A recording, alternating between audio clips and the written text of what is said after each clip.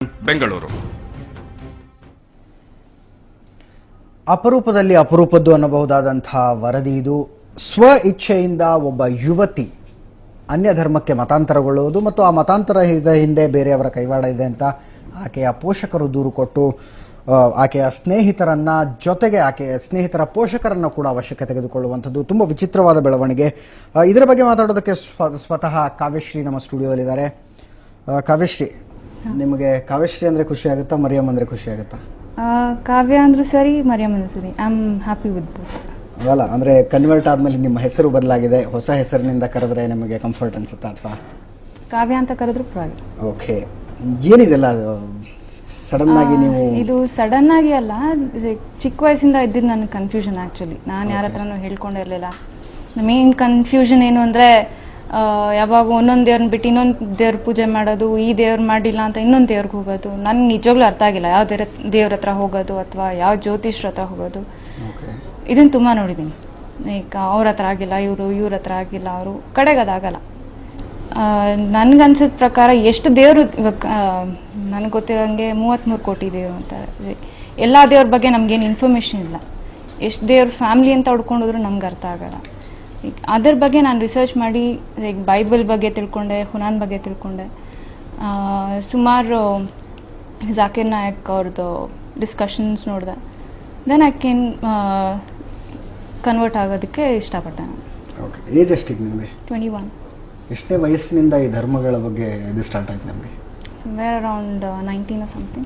Okay, so 2 ವರ್ಷಗಳ ಕಾಲ ನೀವು ರಿಸರ್ಚ್ ರೀತಿಯಾದದ್ದನ್ನು ಮಾಡಿದ್ರಿ. ನಿಮಗೆ ಸೀರೆಗಿಂತ ಬುರ್ಖಾ ಕಂಫರ್ಟಬಲ್ ಅನ್ನಿಸ್ತಾ? ಹಂಗಿದ್ರೆ ಅಫ್ಕೋರ್ಸ್ ಬುರ್ಖಾ ಕಂಫರ್ಟಬಲ್ ಅನ್ನಿಸ್ತು. Okay, very good. ಕುಂಕುಮ ಭಾರ ಅನ್ನಿಸ್ತು? ಕುಂಕುಮ ಇಟ್ಕೊಳ್ಳೋದು ಅದೆಲ್ಲ ಪ್ರಶ್ನೆ ಅಲ್ಲ. ಆ್ಯಕ್ಚುಲಿ ಬುರ್ಖಾ ನನಗೇನಕ್ಕೆ ಸೇಫ್ಟಿ ಅನಿಸ್ತು ಅಂದರೆ, ಇವಾಗ ನಾರ್ಮಲ್ ಆಗಿ ರೆಡಿಯಾಗಿ ಹೋದರೆ ಯಾವ ಥರ ನೋಡ್ತಾರೆ ಗೊತ್ತಲ್ವ. ಈಗ ಬುರ್ಖಾ ಹಾಕೊಂಡ್ರೆ ಯಾರು ನೋಡ್ತಾರೆ? I felt much safer in this. Okay, fine. ಅಂತಿಮವಾದ ನಿರ್ಧಾರ, ಬಹಳ ಕಠಿಣವಾದ ನಿರ್ಧಾರ ಅದು. ಅಂದರೆ ಹುಟ್ಟಿದ ಧರ್ಮದಿಂದ ಇನ್ನೊಂದು ಧರ್ಮಕ್ಕೆ ಕನ್ವರ್ಟ್ ಆಗುವಂತಹ ನಿರ್ಧಾರ.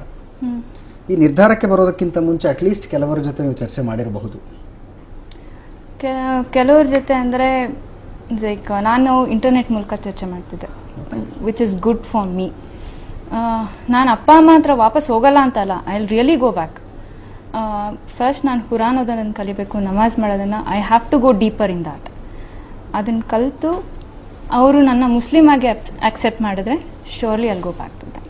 ನಿಮ್ಮ ಫ್ಯಾಮಿಲಿ ಬ್ಯಾಕ್ಗ್ರೌಂಡ್ ಬಗ್ಗೆ ಹೇಳಿ. ಅಪ್ಪ ಅಮ್ಮ ಏನು ಮಾಡ್ತಾರೆ, ಎಲ್ಲಿರ್ತಾರೆ? ಬಿಲ್ಡಿಂಗ್ ಕಾಂಟ್ರಾಕ್ಟ್ ಮಾಡ್ತಾರೆ. ಮಮ್ಮಿ ಹೌಸ್ ವೈಫ್, ತಂಗಿ ಇದ್ದಾಳೆ. ಓಕೆ, ಮತ್ತೆ ಆಚಾರ್ಯ ವಿಶ್ವಕರ್ಮ ಕ್ಯಾಸ್ಟ್.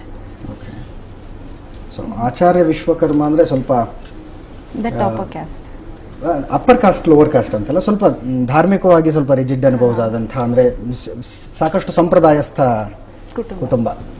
ಇಂಥ ಒಂದು ಕುಟುಂಬದಲ್ಲಿ ಹುಟ್ಟಿದಂಥ ನೀವು ಬೇರೆ ಧರ್ಮಗಳ ಬಗ್ಗೆ ಚರ್ಚೆ ಮಾಡೋದಕ್ಕೆ ಓಪನ್ ಅಪ್ ಆಗಿದ್ದಾರು ಹೇಗೆ ಅಂತ? ನಮ್ಮ ಮನೇಲಿ ಅಷ್ಟೊಂದೇನು ಇದ್ದಾಗ ಮಾಡ್ತಾ ಇರಲಿಲ್ಲ. ಅವ್ರದ್ದು ಏನು ಕ್ಯಾಸ್ಟ್ ಇದೆ ಅಂತ ಅವ್ರಿಗೆ ಸ್ವತಃ ಗೊತ್ತಿರಲಿಲ್ಲ.